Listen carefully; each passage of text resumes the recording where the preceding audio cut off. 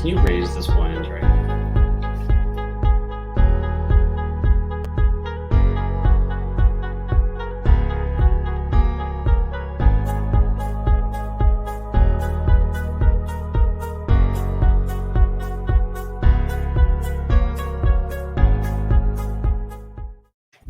Hi, and welcome to the Ellis Talker Show. I'm DV LeBron. It is currently, we're in early voting for our House District 10 candidates. There are two candidates left, Mr. Brian Harrison and Mr. John Ray. And, get out there and vote. And remember, it ends Tuesday. Tuesday is the election day. So make sure you at least get there before then. I wanted to go ahead and have Brian on again. And I thank you so much for being gracious enough to come on my show again, sir. I know you're busy and I do appreciate your time. No, I'm thrilled to be with you. And I apologize if I'm a little sunburned or sweaty. I just got back from working a poll all day, which is actually something I really enjoy doing in campaigning. I'm very old fashioned. I like to ask for support in person and introduce myself to folks personally as much as I can, be it knocking on their doors or talking to them as they're voting. So I'm happy to be with you. Well, thank you. I know that you get out there. I've seen you out there when I went and voted the last time. You do stay out there all day. So I wanted to go ahead and kind of piggyback on what we kind of left off of on the other one, because, I want to really review. I didn't really want to do that. They could watch the first interview and I covered things. But I guess briefly we could say, can Texans be confident that you're going to protect their Second Amendment rights? They absolutely can. And just a quick update, I'm sure most of the viewers know, but in case they don't, since we last spoke, we did actually have an election. I think the last time we spoke was before the election. And I just want to say a thank you to all the viewers out there who catapulted my campaign into just a staggeringly impressive first place victory. It was the results surpassed even my sort of best case scenario. We won the majority of every Republican who voted on election day, and we won both counties, the majority of the precincts, in just an overwhelming fashion. So just thank you. Just a quick update to catch folks up on where we are on the election, and then of course early voting this week with the election next Tuesday. But yeah, I care greatly about the Second Amendment, and I'm not a lawyer. I think actually we have too many lawyers down in the legislature, and I don't think the Second Amendment was written in such a way as to need, all the parsing and hair splitting that's going on there. I think the words "shall not be infringed" are pretty self-explanatory, and I'm really proud that as a Texan, our legislature got constitutional carry through, and I will absolutely be the strongest supporter of Second Amendment rights from the second I'm elected as the next state representative from HD10. You bet. So what's your favorite carry weapon? So the concealed carry weapon that I have is a 6-hour 239. It's the 40 millimeter, and I've had it for several years now. I'm a big fan of that weapon. Nice. So you definitely know which end works. Do you get out to the range much? I haven't been able to as much as I would have liked. I think you're aware that for most of the last 3.5 years, I was working for President Trump up in Washington in that area, and they are just complete tyrants when it comes to Second Amendment protection. So it's very difficult to have a firearm when I was up there. But I do have it here, and let's just say, I won't say exactly where, but readily accessible. Should it be needed? Should it be needed in the middle of the night? Yes, sir. It's definitely, in DC is a poster child for what happens when they take away your Second Amendment rights. I mean, it's very difficult to own a weapon in that city. So going into other things in this state right now, we're experiencing redistricting. I think there is a proposal right now in the Texas Senate to split up the Senate area right now, which encompasses Ellis County. They're talking about splitting it in two.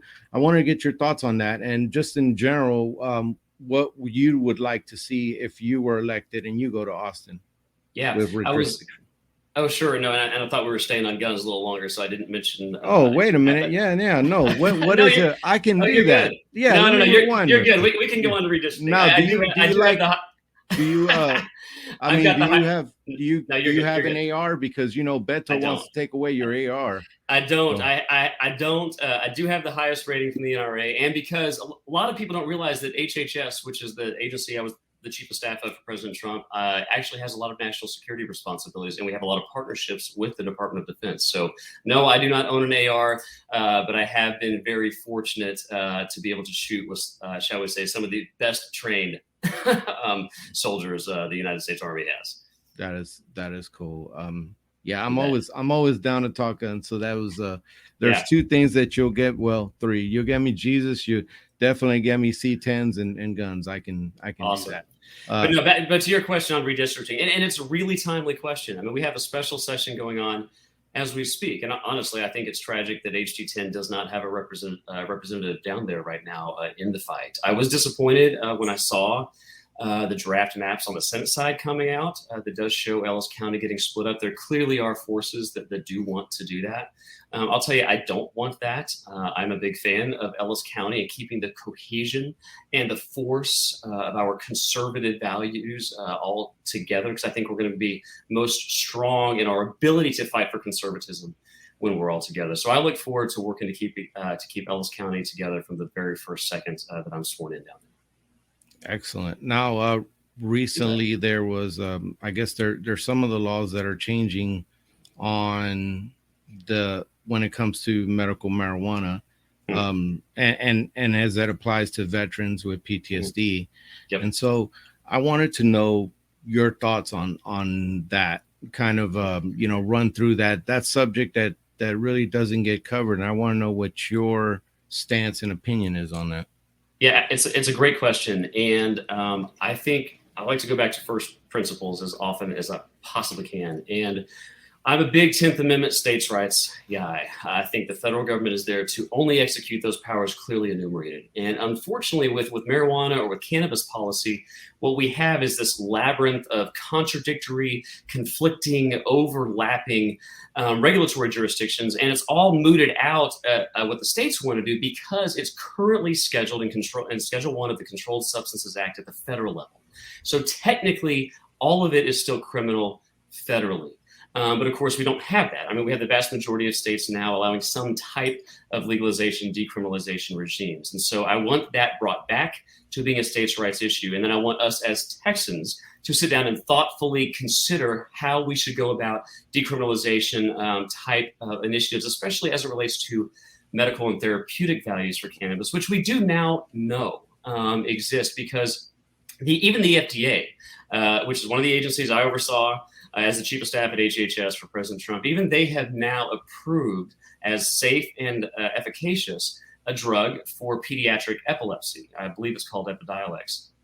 And so I do know there's some therapeutic value that we need to see. And quite frankly, because it has been all handled at the federal level, we haven't been able to advance as far on research as I would have liked for us. My heart breaks for children who could have been, benefiting from those types of treatments. And I know there's a lot of people who suffer with PTSD who are reporting really good responses to that treatment. And I care deeply about taking care of and supporting our veterans, especially with the mental, physical health and welfare after they finish serving their country. So I'm very much open to contemplating things like that. So recently, or coming into state law, it passed and it's coming on in 2022. It's going to become harder now for a disabled vet to park in parking spots for disabled when they are disabled, because this bill that was passed by a Texas House member from New Brunswick, a Republican with 2 Democrats. And basically it's going to make it more difficult. And so I'd like to know if that's something that you'd be interested in looking at. I wouldn't say repeal because, I'd like for you to take a look at the issue thoroughly. But is that something that, you can get on the record as you're going to review and see if you can pass legislation making it a little bit easier for veterans? Because like right now, it's going to require these notes from your doctors. Well, veterans that go into the VA for a doctor to try to get anything signed is a mission like you wouldn't believe. It's awful. It's awful. So that standard change. Would you be willing to look into that? Yeah, I absolutely would. I'm not an expert on the change that you described. I'm aware something happened, and I will 1000% commit to looking at that issue. I actually care a great deal about rolling up my sleeves and getting into the weeds on policy, because that is how you can truly be effective as a legislator. It's how I was truly effective as President Trump's chief of staff at HHS, was getting my hands dirty, as it were, into the minutia of policy. It's why I chose to study and get a formal degree in economics from Texas A&M University. I care about getting things done. I don't care about press release victories, moral victories. I want to move the needle in a way that will benefit Texans and benefit Americans. And I want to have the back of veterans in particular, and not just on the parking situation for the disabled, but also in healthcare more broadly. I mean, I was very proud, to work closely with my counterparts in the Trump administration at the Department of Veterans Affairs on ways to improve access to and options for veterans where their health care is related, because the VA works really well for some, but for some, we all know it absolutely does not. And just because the government is going to pay for a good or a service, in this case, taking care of veterans, which we absolutely must do, it doesn't necessarily follow that it must be exclusively provided by the government. So I want to expand healthcare options, including some private options for our veterans, if that's what they and their doctor think they need. That is wonderful. Definitely, those things help. The Texas is pretty veteran friendly. I gotta admit that Texas does a lot of things for vets, and as a vet, I'm very grateful. I know my brothers and sisters in arms are as well. One of the things that, if possible, that follows on CJ reform, on criminal justice reform, and we'll kind of touch on that in a minute. When it applies to veterans, as you know, PTSD changes the brain. It changes the way the brain processes and responds to everyday events. And so when they come back from places like Afghanistan and Iraq and get any trauma, their brain is rewired to fight or flight. So some of the processes, your processes happen in your frontal lobe, and PTSD kind of goes into the action mode instead of your processing. So anyway, a lot of vets end up getting in trouble. A lot of them, they want to dull the pain, so they're drinking and they end up with a DUI.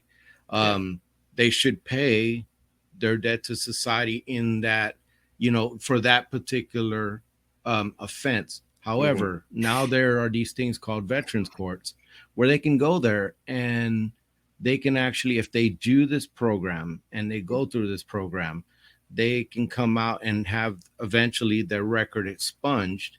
They don't end up with a charge and record on there, and it's up to DAs and stuff. But I'd like to know if that's something that you would support or look into, maybe making it more readily available in Texas through a legislation.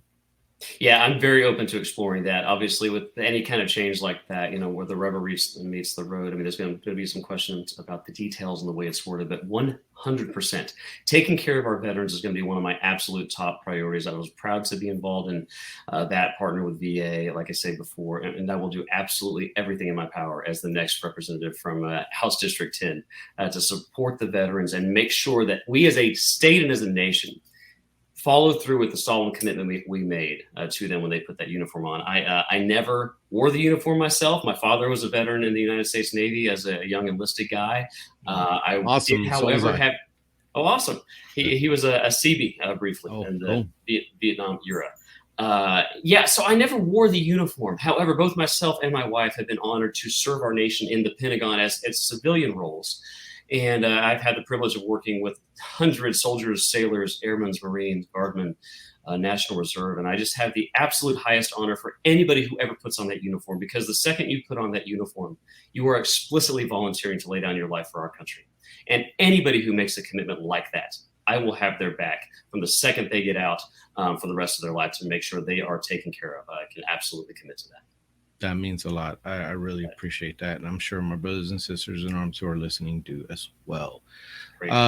So going into, just to finish off with criminal justice issues, transitioning or reentry into society, there has to be some grace if they've paid their debt to society. Now, I know that there are some crimes that are just so heinous but for those that are not, Yep. Do you have you had any kind of ideas where the Republicans in Texas should go when it comes to criminal justice reform?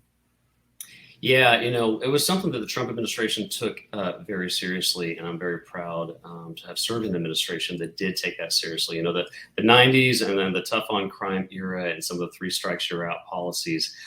We have seen some consequences in the ensuing decades that cause sort of a need for retrospective analysis on that. And what I want to do, because I support firmly law enforcement, first responders, I'm super honored to be endorsed by the Midlothian Police Officers Association, because in addition to veterans, I want to be very clear, I will always have the back of our first responders as well. But I want them focused on, the core of their mission, keeping our communities safe, keeping violent offenders off the streets, making sure that DAs and, prosecutors are actually prosecuting crimes that are genuinely violent. But like you say, I mean, there is something inherently just in terms of punishment fitting the crime. And I want to make sure that we're focusing our resources on those things that through the use of empirical data and retrospective analysis show actually lead to safer streets, safer communities, and less violence for our citizens here in Texas. Excellent. Excellent. Now, kind of getting into current issues, since we're into the protection of the public and stuff. Right now, we've had something like in this year, we've had over 1.3 million, I think is the number of apprehensions. And that's not even the ones that were caught on the Southwest. Oh, yeah. That's not even the ones that got away on the Southwest border. I have friends who are Border Patrol and CBP, and they are ran ragged. Their morale is awful, and they're looking to jump ship.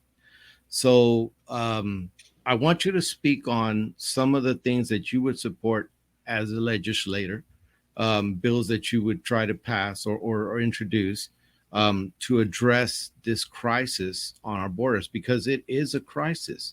Yep. And one of the things that have been brought up before you answer it is possibly Greg Abbott putting the troops there and shutting down Texas. Like, you are not coming into Texas, period, until the feds figure it out. And I don't know the constitutionality of that, but I just want you to speak on it.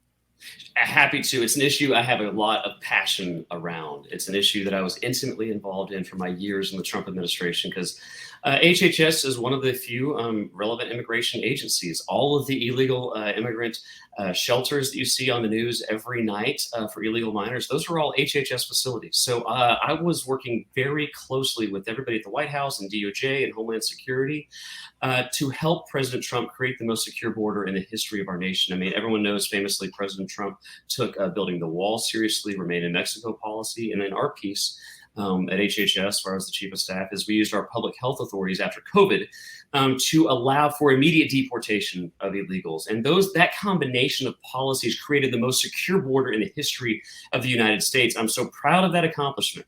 And I'm so absolutely just frustrated and honestly angry at what President Joe Biden has done. President Joe Biden, in order to have a secure border, all he had to do was nothing.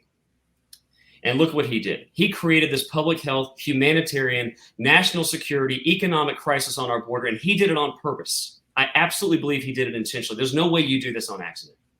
And I think that although I am a small government guy who believes in the 10th Amendment and don't want the federal government doing a lot, it is one of the few enumerated powers under the Constitution given to the federal government. But unfortunately, what we have learned now is we cannot rely on that.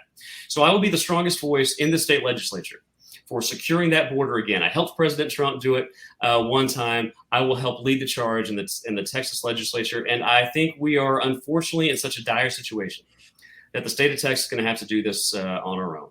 I don't think we can sit around and wait for Washington to do it. We're the most impacted. We're on the front lines. It's our communities being destroyed, ravaged, violence, crime, all of that. And so I think we need to reprioritize some resources, and I think we need to secure that border ourselves. I think it can be a combination of tactics. I think we can have walls in places. I think we can have fencing in places. I care a lot about eminent domain and private property, so there's probably technological solutions we could employ, as well as the Guard. But I think it's time the state of Texas says we're tired of waiting on Washington. We're going to secure it ourselves, and I will work tirelessly to do that. Article 4 of the Constitution states that the federal government, it's the federal government's thing to protect our republic, a republican form of government, Yep. and that they are supposed to protect us from invasion and general kind of danger. Right now, they're we don't know who's coming over the border, No, we so don't. just We don't. I know that you kind of thought, would you support Governor Abbott closing the border? Absolutely. And you're 100% right, DV. We have no idea who's coming. The percentage of apprehensions as relative to every border crossing is tiny. We know this, and we're still warding off a pandemic here. It's the worst possible time to have this disastrous open border policies, and I will work to secure that border again just as hard as I did when I was working in the Trump administration. So you were in HHS, so you understand how the gears of government work when it comes to the health system. One of the things that have happened since COVID is that somebody figured out that for health purposes, you can weaponize the health services in this country to make people do things or make businesses do something, or just basically a lot of control. And I've heard about this this approach being used on guns. Now I'm seeing it used on all this as far as COVID and how it's implemented, and mandates that from government that I find no constitutional standing in it. I'm not a lawyer, but I wanted you to speak to that because you were in HHS, so you understand how the government, the federal government, can use health and weaponize it, your health and safety. So can you speak on that? I would love to, and it's a great question. And let me go up to a higher level real quick and then come down to the particulars here, because we have not witnessed a more disastrous first 8 months of any president than we've seen under Joe Biden. Look at what he did on our energy sector with Keystone XL pipeline, destroying energy jobs. Look at what he's doing, turning funding back on for the abortion industry. Look at what he did to the border, like we're talking about right now. And everything he's done, these COVID mandates, everything he's done has come out of the executive branch, various cabinet departments. Not one thing I mentioned came out of Congress. It is so critically important that we send somebody to Austin in this election who understands the problem. I am the only candidate in this race who has any experience reining in the federal bureaucracy and federal overreach. And I have a lot of it. I was the chief of staff of President Trump at HHS, which is the largest federal bureaucratic executive branch agency, not just in the United States, but in the world. I oversaw a staff of 85,000 people. I had a $1.4 trillion budget, and we had approximately 20,000 federal regulations. And the reason I'm talking about regulations is because these regulations that are put out by cabinet agencies, they carry the force of law, but no congressman voted on it, no senator voted on it, and no president signed it. Literally unaccountable, no bureaucrats who you'll never know their names can put these things out called regulations, and they are as binding as if all of Congress, the Senate, and the president took an action. And the reason that background is important is because that's how Biden has created all the disasters so far. And the biggest overreach we're facing right now as Texans and Americans are these unconstitutional and flatly illegal COVID mandates. Okay. And the way he's going to do them is not by going to Congress and asking Nancy Pelosi for help. He's going to turn to the Secretary of Labor and to the Chief of Staff for Joe Biden at the Secretary of Labor. And those people are going to issue a regulations under the APA, it's called the Administrative Procedure Act. That is how they are going to require Texans who work at employers bigger than 100 people to basically be forced to have a COVID vaccine. I have wielded those responsibilities for President Trump as the chief of staff at HHS. I know the limits of those powers. I know it's unconstitutional. I know how they're going to break the statutory authority that the Department of Labor has. And if we don't send more people that understand the problem, then we're definitely not going to have good solutions. I will be thrilled to lead the charge in the state legislature at pushing back on those COVID mandates. It's one of the reasons Senator Ted Cruz, who evaluated me and who evaluated my opponent, and who never endorsed it in state races, made an exception to come in and do everything he could to support me and help me win, because he at the federal level is working to ban these COVID mandates. I will do everything in the state level to ban COVID mandates. We don't need mask mandates. We don't need vaccine mandates. We don't need vaccine passports. And we do not need any more of these calamitous shutdowns. I am absolutely uniquely suited to know how to push back and stand up for our rights as Texans, because while COVID is deadly and dangerous, a loss of freedom and a loss of liberty is far worse. Because as John Adams says, liberty once lost is lost forever. And that's why I'm running for this seat, is to protect liberty, protect freedom, and to put government back into the box that the Constitution built for it, so my kids can have a free and prosperous Texas. So do you support the state of Texas becoming a sanctuary state for vaccine mandates? Yeah, I will support every measure to make sure that no Texan is forced by a government agency, be it federal or state or any, to be forced to take a vaccine that they do not want or believe they need. All right. Well, I'm going to go ahead and touch on a couple other things and then start wrapping it up, because I really appreciate your time and I don't want to take too much of it. I'm enjoying this. Yeah, I am too.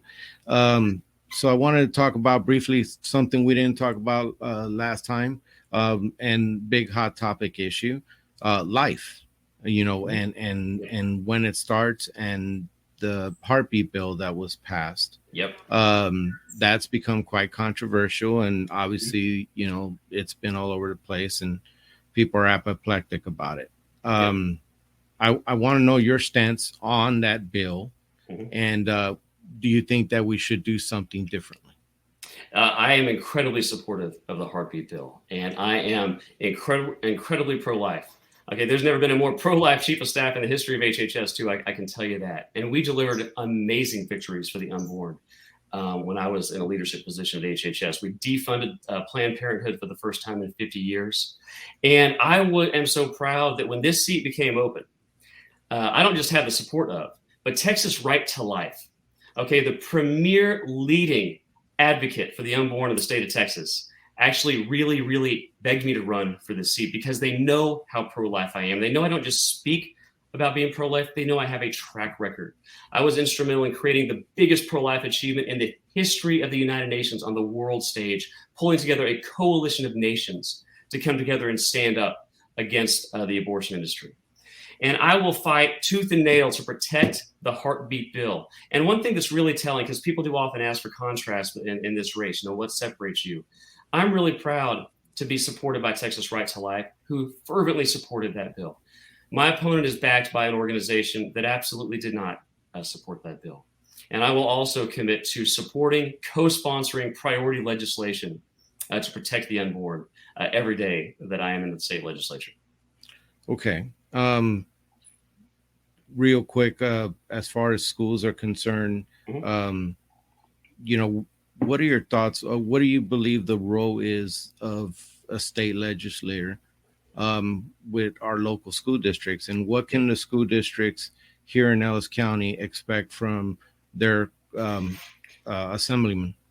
Well, they can expect somebody here to have their back. And I'm glad you asked this, because there's been so much dishonesty and lies from my opponent about my position on this, literally to the extreme of having to doctor videos to make it sound like I have a position that I've never held and don't hold.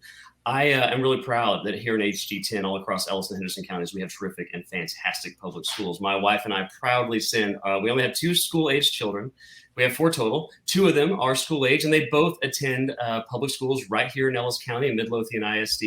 And I have the absolute complete expectation they're going to get a fantastic education. And I'm vested in this too. I'm going to have children in public schools for probably the next 20, 21 years. So it matters a great deal to me. I support our teachers and I support our public schools. And what I want to do as a legislator is make sure they are empowered to teach to the students, not to teach to some tests. I want to keep liberal indoctrination out of the classroom. I completely oppose CRT, critical race theory. I'm so proud to be the only candidate endorsed by Respect Midlothian, who's working to keep liberal indoctrination out of our schools. And I'm backed by supporters who support that, who support empowering teachers. My opponent has chosen to team up with people who want to force CRT in our schools. I could never abide by that. He wants his team wants mandates on masks in schools, and the same folks that back him also, but just as an aside, oppose election integrity, something I feel very strongly about. But I want to support our schools. I also want to empower parents. My view on education is nothing more, nothing less than the exact view of the Republican Party of the state of Texas. I am proudly and unabashedly a supporter of school choice, because I believe parents should have the option to send their kids to private schools, to public schools, to charter schools, or to homeschool. their children, because nobody has the same interest in an educational outcome than a parent does. And so I want to empower teachers. I want to support our public schools, which are terrific here. And I want to empower parents to choose the best manner and the best approach to educate their kids. So will our local board members here in Ellis County be able to reach you if they need you on an educational issue? Can they count on you for the support? They absolutely can. And in fact, here in the city of Midlothian, where my kids go to school, I'm the only candidate who has been endorsed by local city council members. And I'm very proud of that. And like I say, respect Midlothian. I just want to, I want kids across the state of Texas and here in HD10 to get quality, high-level educations that can prepare them to deliver goods and services the second they graduate from high school. And that's what I'm committed to doing. Last topic. There was a big issue with the big freeze. There were a lot of people who died. There were a lot of, people who suffered. It was a very bad time for many. I was more fortunate than others, but it was a bad time. It was really cold and people had no power. When they started looking into it, there was a myriad of things that went into it. How focused will you be on addressing the power issue here in Texas? I'll be very focused, and it was something that absolutely impacted me very directly. I had just come back from working for President Trump when this happened. I thought I was leaving the cold weather behind, but I wasn't. My wife and I moved right back into the same 147-year-old farmhouse we were living in before working, running our small business from here. We just had some renters in it for a couple of years while we were working for President Trump. I come home and thought I was going to be greeted by some nice Texas winter, and instead we got snowmageddon here.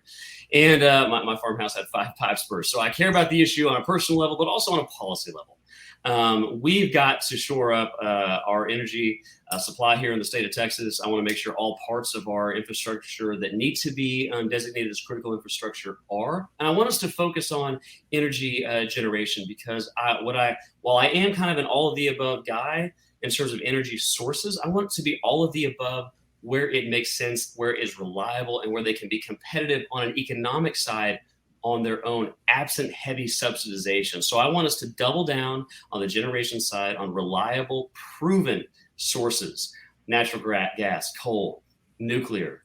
And I want to be just to make sure we're not overly reliant on sources that aren't as reliable when you need them, but also would require heavy taxpayer subsidization, such as wind and solar. I'm not opposed to them, but I want to make sure they are competitive in their own rights.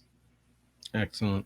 So I wanted, before you give your final pitch to the voters, I did want to cover something that I have not personally liked, and that is that the campaign has gone negative.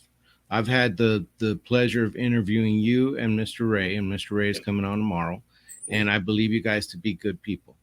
But I saw this thing about a doctor video. I saw,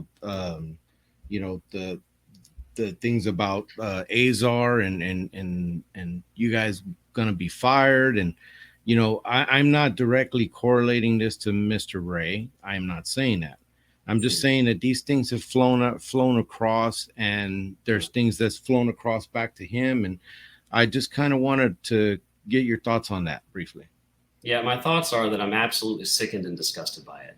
And I'm incredibly proud of the 100% honest campaign that we have run over here. I believe in character and integrity, and I want that to permeate every aspect of my campaign. And it absolutely has.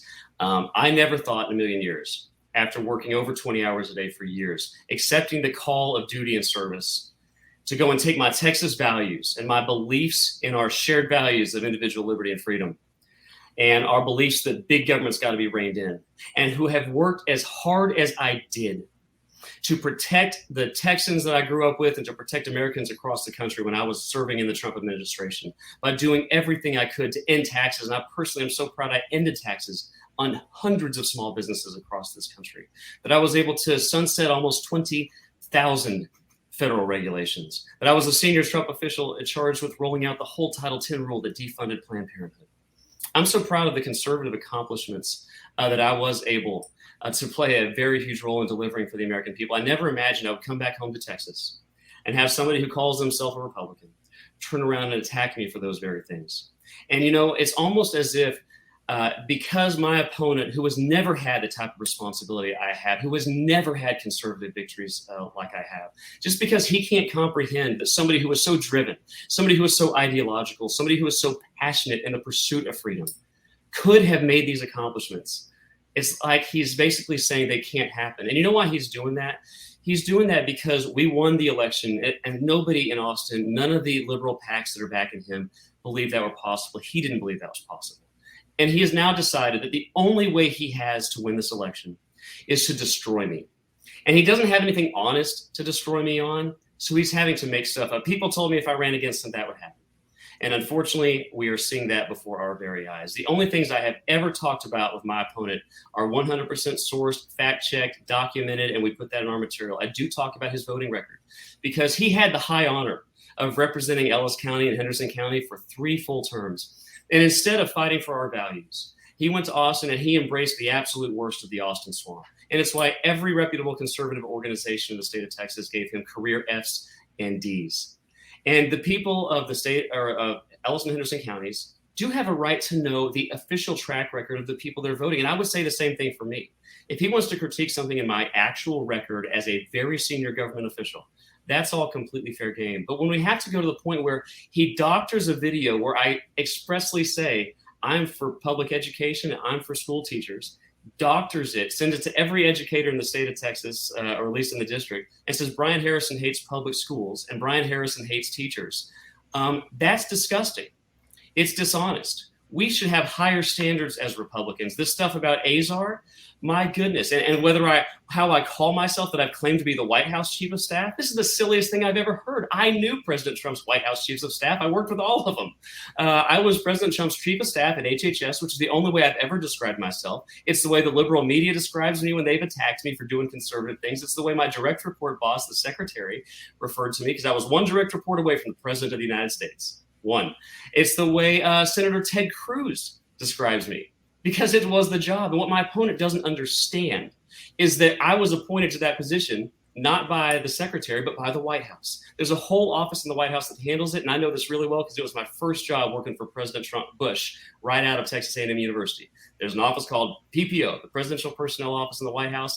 That is who selects these jobs, and it was the White House that appointed me President Trump's Chief of Staff at the Department of Health and Human Services. And all this stuff on, being fired and that sort of thing, I was with there until noon on January 20th, over 3 years of service. Do you know how many chiefs of staff and cabinet secretaries were there that long?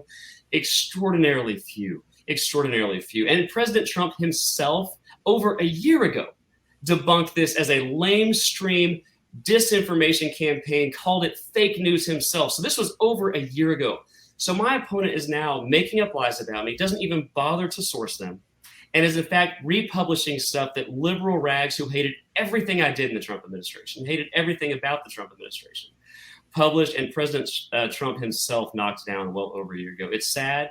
The citizens of HD10 deserve better, and I'm proud of the honest campaign I'm running, and I look forward to being a state representative that they can be proud of, that will faithfully represent their views and conduct myself in a highly ethical manner once I'm elected to this office. You made some allegations about your opponent. Is there somewhere where the citizenry can look this up and find out, like, some of the things that you've said?